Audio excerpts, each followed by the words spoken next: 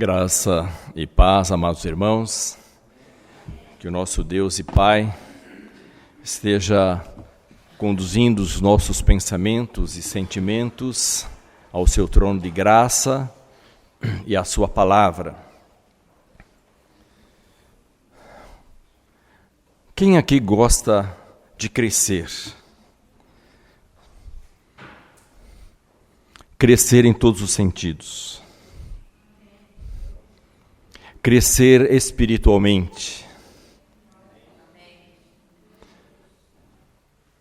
Todos nós já fomos crianças, infantes. E crescemos fisicamente. Crescemos intelectualmente. Adquirimos conhecimento. Crescemos também nos relacionamentos. E aprendemos isto inicialmente no seio da família, como vimos que a família é um local privilegiado para isto. E crescemos depois nas outras atividades que desenvolvemos, na escola, no mundo, com colegas, no trabalho e assim por diante. E espiritualmente? Se você pudesse pensar, avaliar o seu estado, o seu grau de crescimento, como você se definiria? Seria ainda um bebê espiritual? Seria um infante aí com 6, 7 anos, na escola primária da fé? Um adolescente espiritual, passando por conflitos, talvez, da puberdade e pós-puberdade. Um jovem disposto a trabalhar na obra do Senhor, começando a se qualificar profissionalmente. Talvez um profissional já maduro, alguém que já atingiu determinado patamar e agora está desenvolvendo, inclusive, agora já casado, cuidando da sua família, com responsabilidades extras. Ou quem sabe, já no crepúsculo da existência, já cansado das lidas e das lides do trabalho, já sentindo-se enfraquecido, forças debilitadas, a mente talvez um pouco mais cansada, estressado espiritualmente às vezes, embora o estresse pode ocorrer em qualquer idade, até crianças hoje ficam estressadas. A palavra de Deus nos ensina que devemos crescer. E o texto daqui, embora não esteja falando diretamente em crescimento, ele está falando da maneira como nós podemos crescer. E como nós vimos também pela manhã, e Cristo é o nosso parâmetro, é o nosso modelo, Cristo crescia em sabedoria, em estatura, em graça diante de Deus e graça diante dos homens. Assim também, na vida espiritual, devemos imitar a Cristo, crescer em todos os sentidos. Quando falamos em crescimento espiritual, a palavra crescimento denota mais um sentido quantitativo. Talvez seria melhor a palavra desenvolvimento, porque também tem um sentido qualitativo. Dá uma ideia de uma expansão em todas as dimensões, né? E realmente a vida espiritual é esta.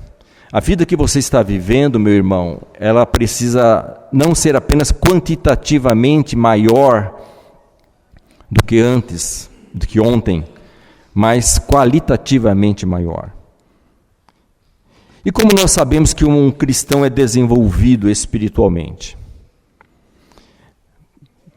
Não apenas pela sua capacidade de reter conhecimento bíblico, mas também pelo seu caráter, pelas virtudes que o adornam, pela sua capacidade de trabalhar e trabalhar com qualidade no reino de Deus, sua disposição de estar servindo ao Senhor, a sua dependência de Deus e os frutos que nessa vida com Deus ele produz. Aí nós podemos avaliar como está o nosso crescimento ou o nosso desenvolvimento espiritual. Esse texto aqui, para começarmos com ele, nós temos algumas palavras que nós podemos destacar e tem todo a ver com a nossa vida. Primeiro nós vemos aqui, apresenteis o vosso corpo, apresentar. A ideia de apresentar dá uma ideia de uma decisão, de tomar uma resolução, porque você vai apresentar-se a si. Então, quando você toma a decisão de se apresentar diante de Deus, isso envolve o seu âmago, não apenas intelectual e emocional, mas também o aspecto volitivo, que é determinante, que é a diferença entre desejo e vontade está nisso, né? O desejo é apenas um anseio, talvez um tanto quanto indefinido por alguma coisa. Eu desejo isto, mas eu quero isto, já mostra uma vontade, um desejo maior do que simplesmente algo emocional, mas uma decisão de buscar aquilo. Eu quero me formar em medicina, por exemplo. Então, quando eu tomo essa decisão, eu vou me preparar, vou fazer o curso, vou me aplicar, porque eu tenho uma vontade. No crescimento espiritual também você precisa se apresentar, você precisa tomar uma decisão. Não basta apenas você ter um desejo, um sentimento, um gosto. É preciso que você tome uma resolução na sua vida. Eu vou me apresentar para Deus, porque eu quero me consagrar a Ele, eu quero crescer, me desenvolver espiritualmente. Eu quero ser um cristão frutífero. Eu quero produzir frutos, não quero ser uma árvore seca. E nem quero ser uma plantinha mirrada que não se desenvolve, subnutrida. Eu quero me alimentar, me nutrir, crescer, né? O geotropismo leva a que as nossas raízes se aprofundem na terra, não é isso? E o fototropismo que nós sempre busquemos a claridade, o sol. Assim também na vida espiritual. Nos enraizamos cada vez mais em Cristo e nós cada vez mais buscamos estar iluminados pela luz do Senhor. Então a primeira coisa a apresentar envolve uma decisão pessoal.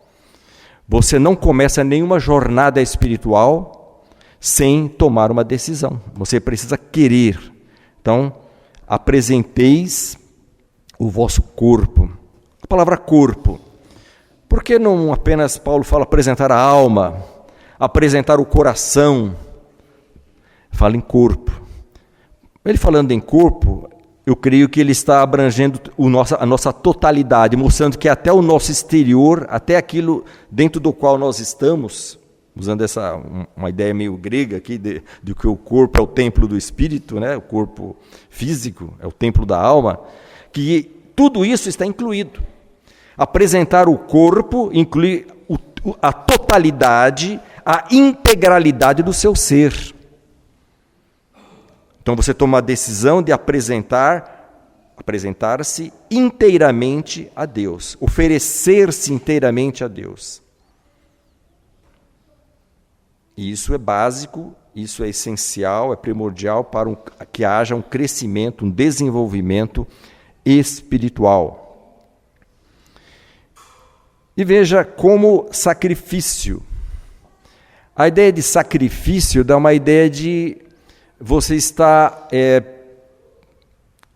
perdendo alguma coisa, você está renunciando a alguma coisa, você está oferecendo alguma coisa que era seu, da qual você está abrindo mão e entregando, no caso a Deus. Isso é sacrifício. Poderia ser um animal no Antigo Testamento, mas agora o sacrifício é de nós mesmos. Nós mesmos somos o sacrifício. Não há ideia de sacrifício de sofrimento, né? Não, embora muitas vezes isso possa envolver também, em alguma medida, sofrimentos, porque o cristão, quanto mais ele se consagra a Deus, ele experimentará sofrimentos neste mundo. Até porque há uma incompatibilidade entre o caráter cristão e este mundo. Há uma incompatibilidade. Não há como você estar bem com todo mundo. Jesus mesmo falou, ou vocês agradam a Deus, ou agradam ao mundo. Os dois polos estão em guerra. Não há uma possibilidade de conciliação.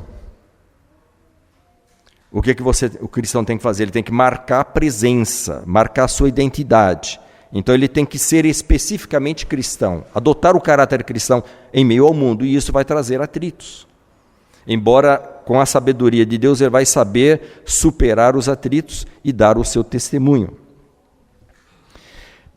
E essa apresentação em sacrifício vivo, em oferta a Deus, tem que ser de uma forma santa e agradável. Viva, porque nós vamos apresentar vivos, o sacrifício vivo. Né? Diferentemente do sacrifício do Antigo Testamento, em que o animal era morto, nós continuamos no altar de Deus como sacrifício e ainda permanecemos vivos. E mais, de uma forma santa. Assim como os animais no Antigo Testamento também tinham que ser puros, tinham que ser sem doença, sem problemas na pele, sem defeitos, sem quebradura, sem nada. Assim nós temos que nos apresentar inteiros a Deus e procurar manter essa qualidade, essa inteireza diante de Deus. Se comparando a nossa vida, ou o nosso ser como uma casa, é preciso que abramos todas as portas de todos os cômodos da casa, para que Cristo nela habite. Não temos que deixar algum compartimento fechado. Isso aqui é um lugar especial, é um lugar, aqui eu não quero, aqui porque é um lugarzinho aqui que é meu. Aquilo lá vai impedir de você ter um crescimento completo, porque vai ser um local em que vai ser o abrigo do pecado. Aquele pecado que você acaricia, que você gosta, do qual você não quer abrir mão, mas Deus quer você por inteiro. E assim sendo, dessa qualidade será agradável a Deus. E depois fala, não vos conformeis. Aqui a ideia seria de não tomar a forma, não se amoldar. A quê? Ao mundo, às coisas deste mundo, a este presente século, a este sistema dentro do qual vivemos.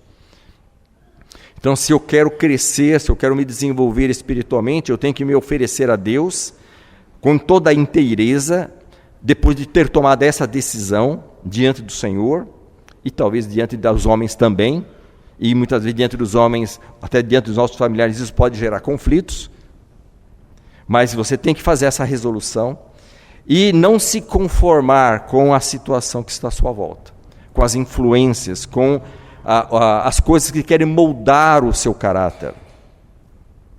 E de que maneira isso é feito? Através da transformação.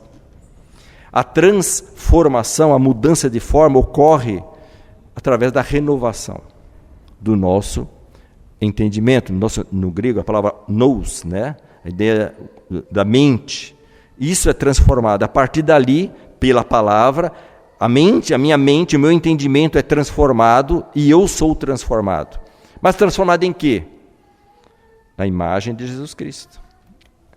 Não o mundo, mas Cristo é o nosso paradigma, Ele é o nosso modelo, Ele é o nosso padrão. Ele é aquele em cujo caráter devemos amoldar, dar forma ao nosso ser, ao nosso caráter. Pela renovação do entendimento, e aí o que é que vai acontecer? Nós vamos conhecer, sim, mas mais do que conhecer, é experimentar a boa, perfeita e agradável vontade de Deus. Só que há alguns itens que nós temos que observar nesse crescimento, nesse desenvolvimento. E vamos falar brevemente sobre isso.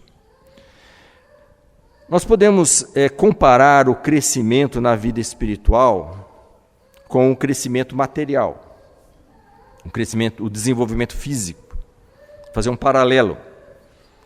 Assim como o nosso corpo ele precisa de alimentação e de hidratação, Eu tenho um problema que eu tomo pouca água, né? Dizem que precisa tomar mais água. E se eu não colocar um copo d'água ali na minha mesa, eu não vou me lembrar, eu vou passar o dia, eu não vou tomar água.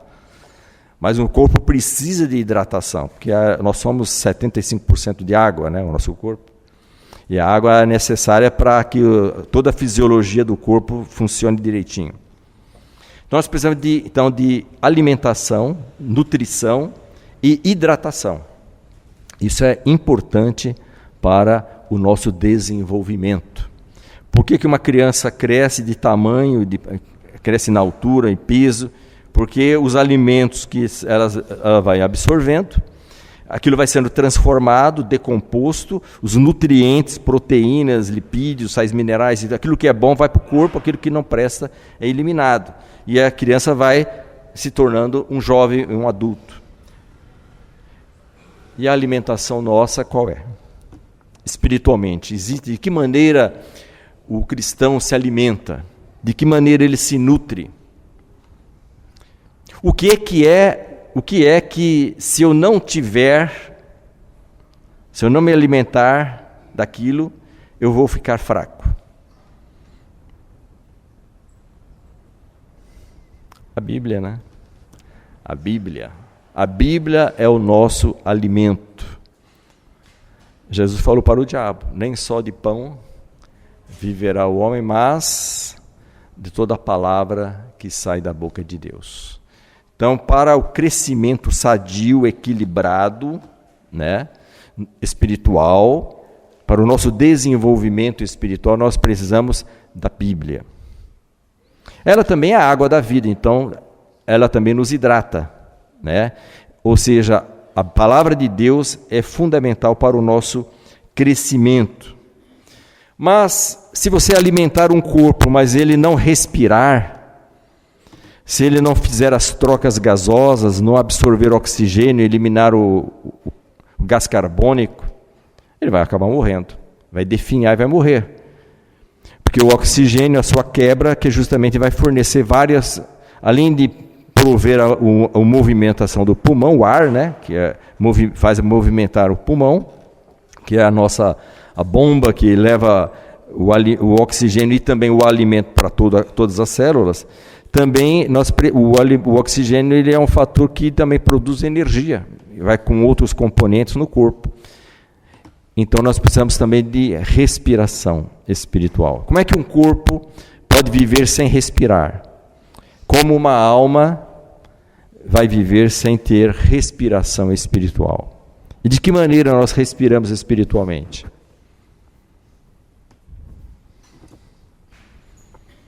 De que maneira você elimina as coisas ruins que estão no seu corpo, que estão lá na sua alma, na sua mente, e introjeta para o seu corpo aquilo que é necessário, aquilo que é bom, o ar puro. De que maneira? Agora, espiritualmente falando, como é que se faz essa respiração? Através da oração. Através da oração você expele tudo aquilo que é ruim, você confessa os seus pecados, recebe o perdão, você apresenta diante de Deus as suas iniquidades, as suas injustiças, as suas transgressões e recebe de Deus a purificação. Através da oração você leva a Deus as suas ansiedades, as suas solicitudes, as suas necessidades físicas e espirituais, econômicas, familiares, e você recebe de Deus o que é a paz, o consolo, a fortaleza e também aquilo que você pediu, se for da vontade de Deus. Esse movimento que você faz através da oração, esse movimento espiritual é a sua respiração, é a respiração da sua alma. Se você não lê a Bíblia, não medita nela, não a estuda, não a examina e não a pratica, você vai definhar. Se você não ora, se você não gasta tempo com Deus, você também vai ficar sufocado. Quem sabe haja algumas pessoas aqui sufocadas na sua vida, porque não estão expelindo aquilo que tem que sair e não estão inspirando aquilo que precisa fazer parte da nossa vida espiritual. Nós falamos da alimentação, falamos da hidratação, falamos da respiração, mas de que mais um corpo precisa para crescer? Digamos que você seja alimentado da melhor maneira possível, até mesmo através de uma sonda com vitamina B e uma porção de coisas, e você está deitado lá numa cama durante vários anos, recebendo aquela alimentação, respirando inclusive ventilação, mecânica ou não. O que é que vai acontecer com você? O irmão Ailton relatou um caso aí de alguém que não cresceu porque estava amarrado ou preso a uma cama. O que é que o corpo mais precisa nesse paralelo entre crescimento físico e crescimento espiritual? O corpo precisa de mais o quê? Atividade. Atividade física, exercícios físicos. Se você não caminhar, se você não andar, se você não se exercitar, você vai definhar. Os seus ossos vão ficar finos. A musculatura vai definhar e você vai ter mais gordura do que musculatura, né? É a massa gorda e não a massa magra. E assim por diante. Você não vai conseguir nem andar. Uma pessoa que fique muitos anos presa, ela vai precisar de uma aliás, não precisa de muitos anos, basta ficar um mês, eu acho. Precisa de fisioterapia para poder voltar a caminhar normalmente, porque ela vai sentir fraqueza. E espiritualmente, irmãos, qual é o nosso exercício que temos que fazer para nós nos desenvolvermos?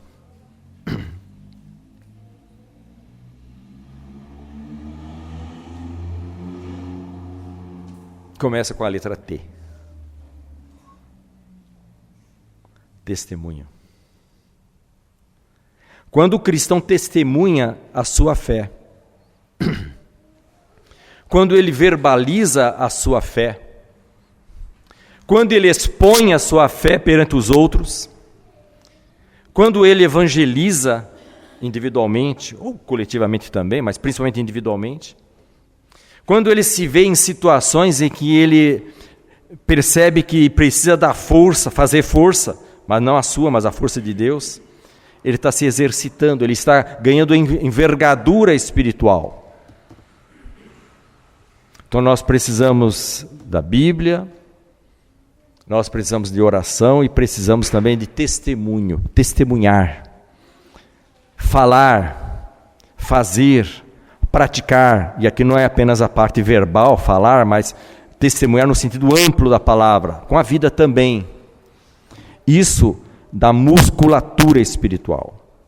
Isso faz com que o corpo, espiritualmente falando, fique sadio.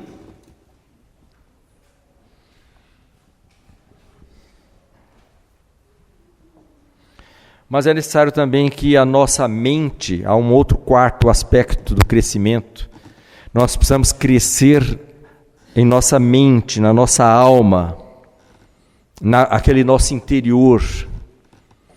E fisicamente nós temos que cuidar da nossa saúde psíquica, né?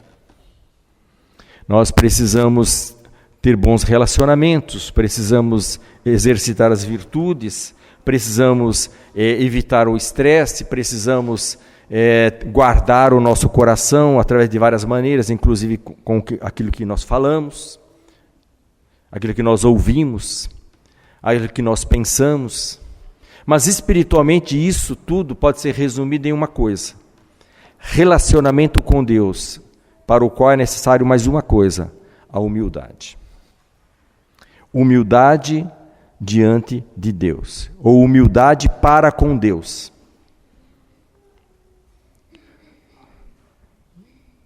Há 3 pecados que Deus, acho que são os piores, não sei se dá para valorar assim, mas eu acho que eles são os piores, porque eles são raízes de outros pecados. Pecados que Deus detesta. Vou citar 3, os 3 principais, eu creio eu. A soberba, a mentira e o orgulho.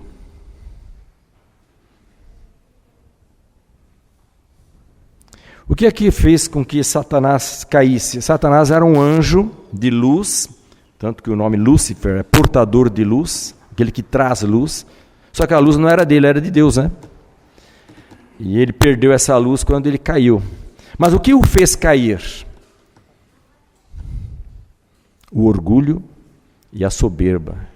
Ele quis ser o que Deus era, quis ser como Deus. Aí tem a inveja ligando aqui, a inveja com a soberba, né, e o orgulho. Ele quis ser como Deus. Uma coisa é você ver uma pessoa e ver as suas qualidades e, olha, eu quero imitar aquelas qualidades porque eu acho que elas são bonitas. Mas você não quer destruir aquela pessoa. Mas a inveja, ela destrói. Há uma palavra em alemão que eu não vou falar agora, que é uma palavra muito grande, mas é assim, aquele mau sentimento que a pessoa tem por ver o crescimento de outra pessoa. Aquela pessoa está bem, olha, comprou uma casa nova, reformou a casa, mudou de carro, passou num concurso, está numa profissão melhor, e a pessoa se sente mal com aquilo. A inveja faz isso. A humildade é o antídoto para estes pecados. Humildade para com Deus. O que adianta você ser santo, você ser puro, você ter um caráter elogiável, uma conduta maravilhosa diante de todos, mas você ser orgulhoso, autossuficiente e independente de Deus.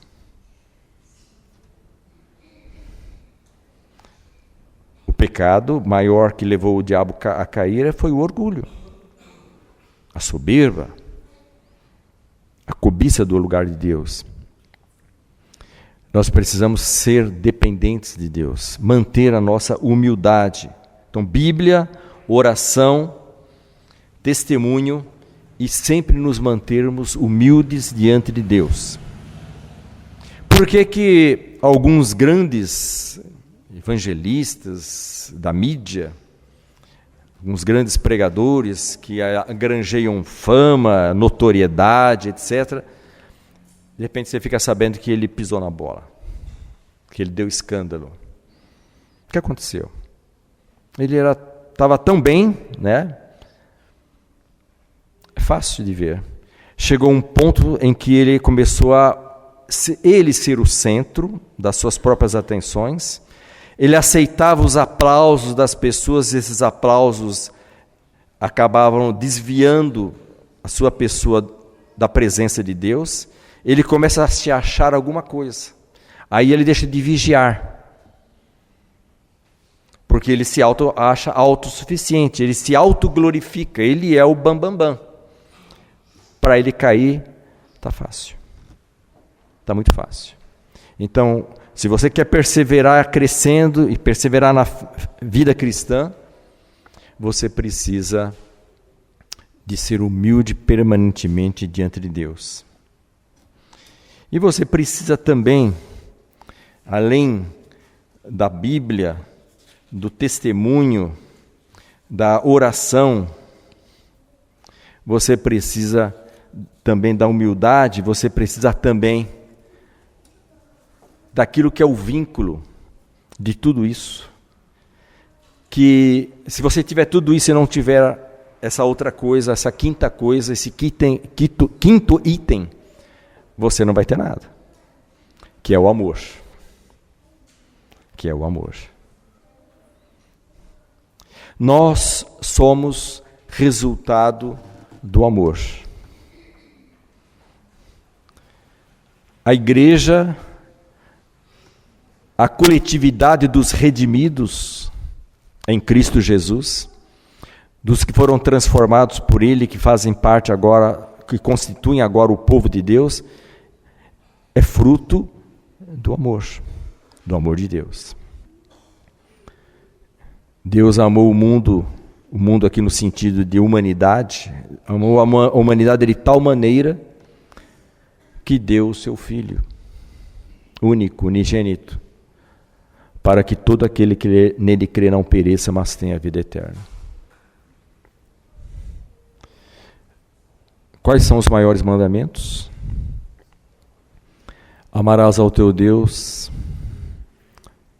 de todo o teu coração, de todo o teu entendimento, com toda a tua alma, com todas as tuas forças, ou seja, com a sua integralidade do seu ser.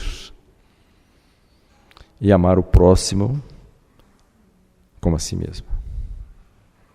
João diz que nós amamos os irmãos porque somos filhos de Deus, porque experimentamos o amor de Deus. O amor de Deus que está em nós é que nos faz amar. E o amor não é mero sentimento. O amor não é mera simpatia. Porque a simpatia pode variar. Você pode ser mais simpático a uma pessoa do que a outra. Uma pessoa ou outra pode ser mais simpática para você do que uma terceira pessoa. Você pode gostar mais de uma coisa ou de outra, como você gosta mais de doce de abóbora do que de doce de abacate, sei lá. Amar não é uma questão de gosto. Amar é um princípio, é uma questão de vontade, de obediência. E nós precisamos desses 5 itens em nossa bagagem para que nós possamos crescer espiritualmente.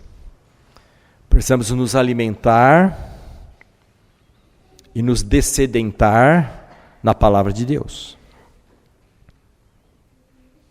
A Bíblia diz que a palavra de Deus é pura, ela é sábia, ela é luz. Quando nós nos alimentamos dela, nós nos tornamos iluminados, sábios e puros. A palavra de Deus diz que a oração é a espada do Espírito. Jesus, ele se afastava das pessoas, ia para um lugar deserto e orava. Algumas vezes ele passava a noite toda orando. Jesus.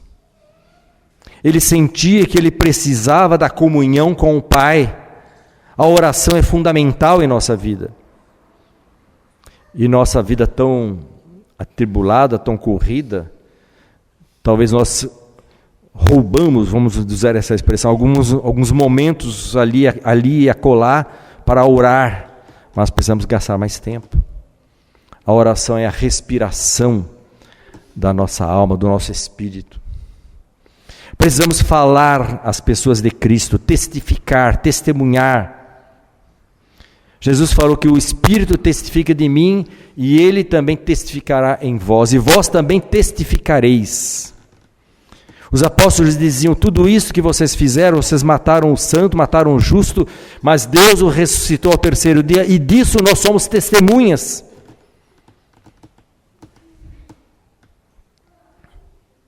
O que nós estamos testemunhando? O que nós estamos compartilhando com as pessoas? Como você gasta o seu tempo conversando com as pessoas, com aqueles que você tem o privilégio de privar de um tempo para conversar, às vezes numa condução, às vezes num carro, às vezes no trabalho, às vezes na escola, num horário no intervalo. Quais são os assuntos que dominam a sua vida? Vitamina BO, né? Bíblia e oração, mas BOT, testemunho. Mas ainda a humildade é o fator H. A humildade para com Deus é essencial para a nossa vida cristã, para nós perseverarmos até o fim, para não desanimarmos, para não abandonarmos a Deus, para que nós não caiamos no orgulho, na soberba, na presunção de que está tudo bem, Deus é por nós e agora só restam bênçãos e vamos por aí afora. Sempre humildade diante de Deus, sempre com o coração arrependido, contrito, e amar. O amor é de Deus. O amor está derramado em nossos corações através de Cristo, Romanos capítulo 5, 8. Ele derramou o seu amor em nós, mas agora Ele quer que nós compartilhemos esse amor. Aqui não é uma questão de temperamento, tem pessoas mais expansivas, mais introvertidas, não é uma questão, por exemplo, de cultura, não é uma questão de estado de humor momentâneo, mas é uma questão de princípio. Deus, Ele quer que nós cresçamos espiritualmente. Quando nós pensamos naqueles motivos de oração, irmãos,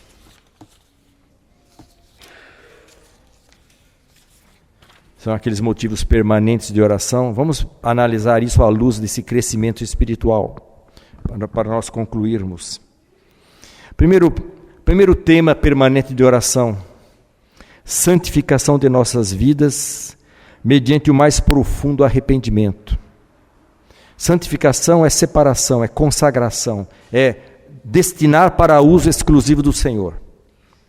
Assim como os vasos, as roupas dos sacerdotes eram santas porque eram destinadas apenas ao uso sagrado, assim também nós.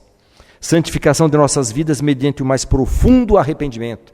Não um arrependimento apenas superficial, momentâneo. Arrependimento que é mais do que mero remorso ou tristeza, mas é mudança. Mais intenso temor do Senhor e mais fervente consagração pessoal. O que está aqui? Humildade. Temor do Senhor é humildade e respeito para com Ele e dependência dEle. Um outro tema permanente: renascimento e despertamento de nosso fervor evangelístico e missionário. O que tem a ver isso com testemunho? Testemunho pessoal, testemunho coletivo. Terceiro ponto: crescimento na graça e no conhecimento do Senhor, através da palavra e da plenitude do Espírito Santo em nossas vidas. Crescimento, através da palavra, através da ação do Espírito Santo em nossas vidas. E quarto, levantamento por Deus de obreiros consagrados a Ele e por Ele chamados para servirem nos diversos ministérios da igreja. A quem Deus vai chamar? Aqueles que estão consagrados a Ele. Na verdade, Deus chama todo mundo, né? Todos os crentes, mas talvez você não ouça a sua voz, porque você não está em sintonia com o Senhor.